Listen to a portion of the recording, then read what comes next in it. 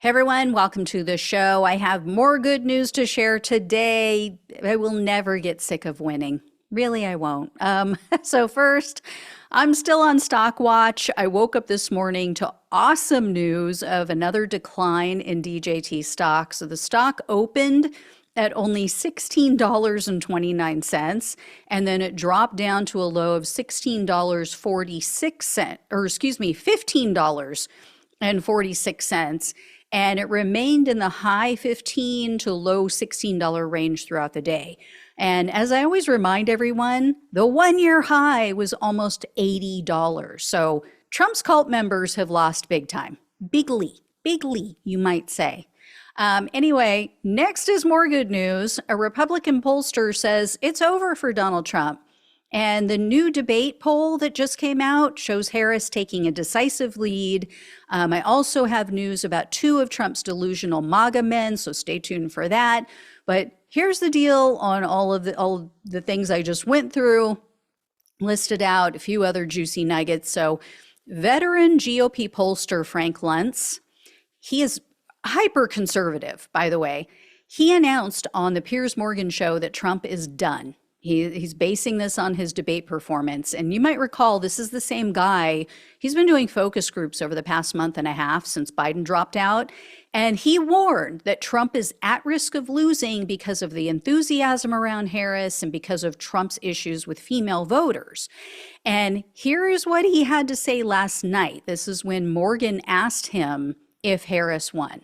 I think more accurately, it's that Donald Trump lost. And this is not the worst debate performance I've seen in my career, but it's very close to it.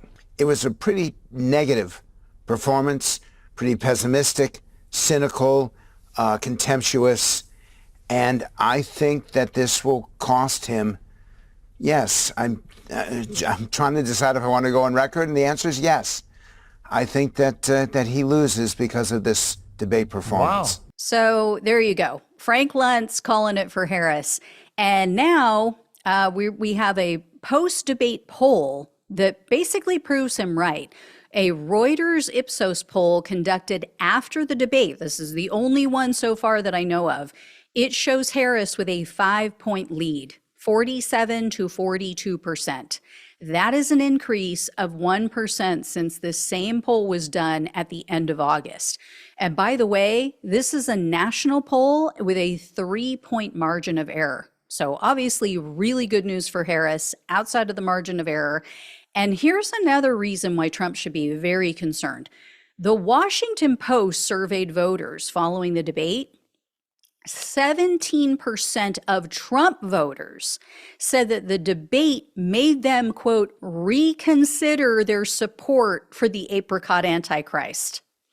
Even worse, 6% of the people who watched said that they, and these are Trump supporters, said the debate changed their vote. So they are no longer, 6% of them, no longer planning to cast their ballot for Trump. Now, of course, you know, these samples are very small, but if you extrapolate that out over the country, even if you just eat at the margins, this makes a huge difference. So it seems like Trump really screwed himself by debating Biden so early and by setting such a low bar, such low expectations for Kamala Harris. Because, I mean, think about it this way.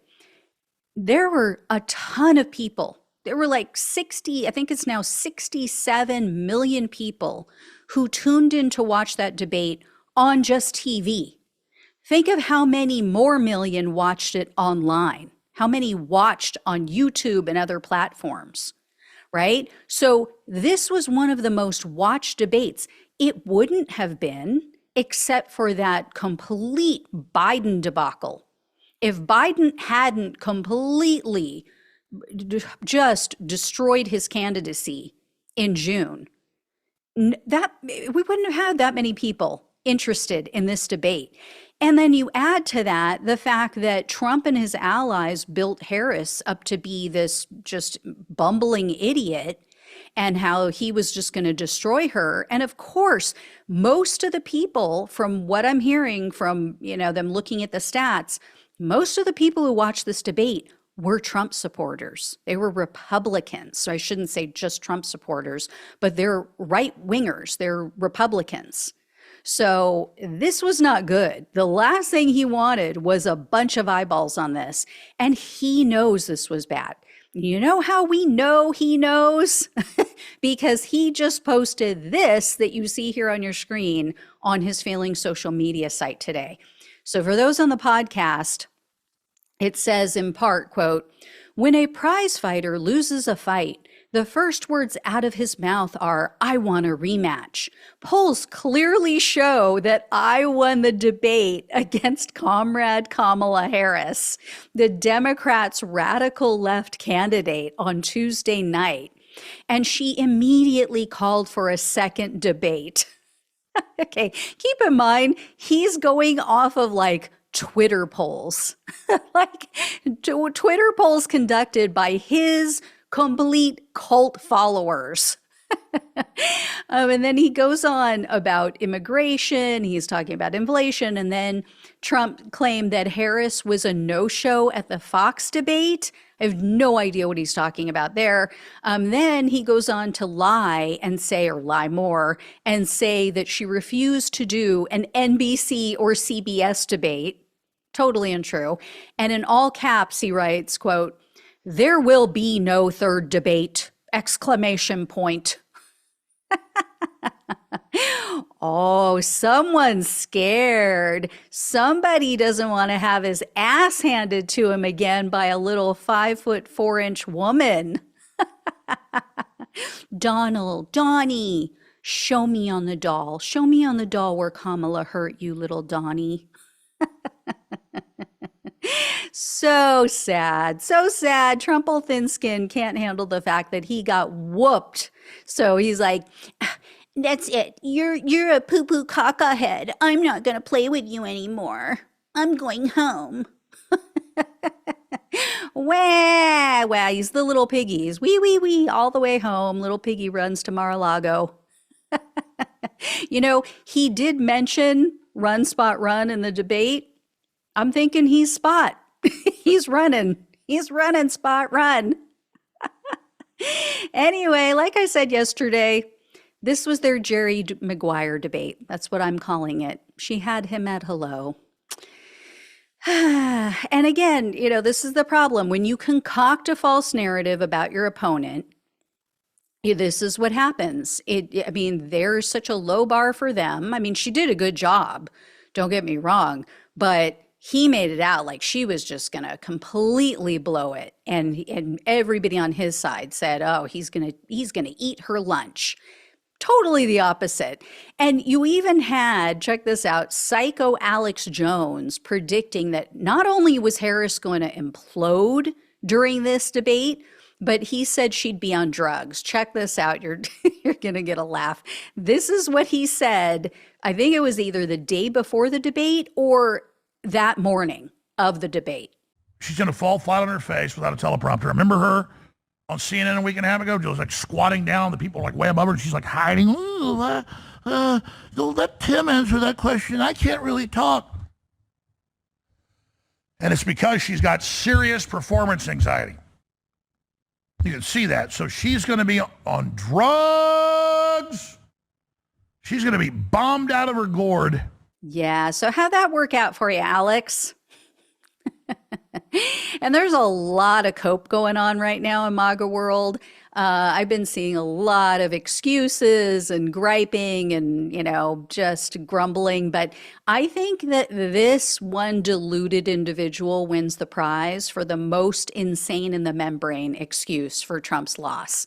There's a MAGA pastor named Lance Wallnau, I think is how you pronounce it, Wallnau. He claims that Harris won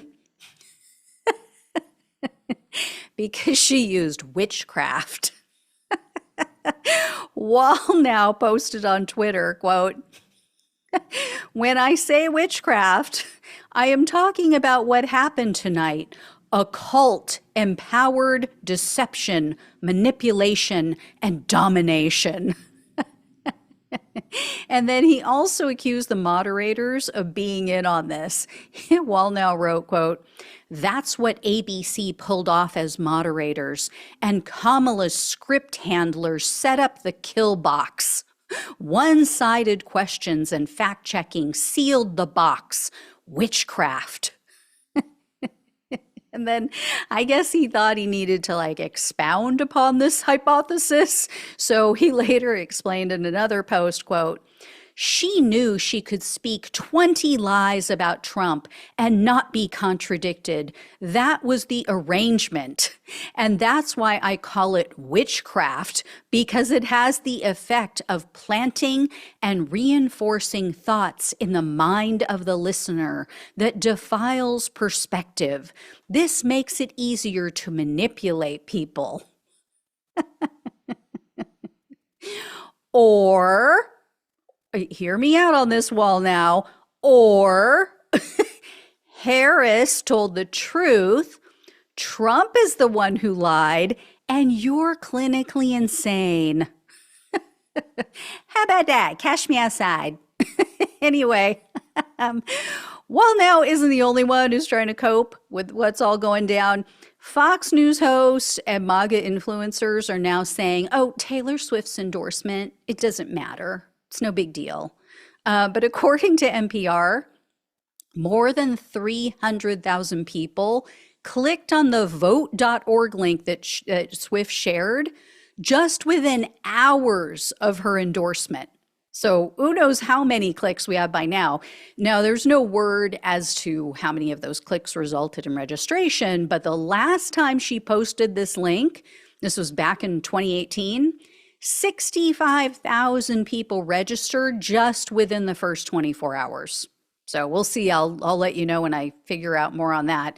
And then considering how small the margins are that separate Trump and Harris, I mean, you know, especially in some swing states, that could make all the difference in this election. J.D. Vance, though, he's not sold on it. He doesn't think that Swift has any sway with voters. And check out the reason he gave. Vance was on Fox News yesterday morning, and he actually said, quote, "We admire Taylor Swift's music, but I don't think many people are going to be influenced by a billionaire celebrity who I think is disconnected from the interests and the problems of most Americans." Has he met Donald Trump? Does he know anything about his running mate? I mean, the guy is literally a billionaire with gold toilets. The guy was born with a silver spoon up his ass. Taylor Swift wasn't born rich. She is the poster child for living the American dream. She used her skills and her talents, and she worked her ass off to become a billionaire. Donald Trump would be nothing without his daddy's money, without the hundreds of millions of dollars his daddy gave him. He has failed upward his entire life because of his skin color, because he's a man, because he's spoiled, because he's been cut every break imaginable. And maybe someone should mention this other poll to Vance. This is another thing that should really freak Trump and his team out.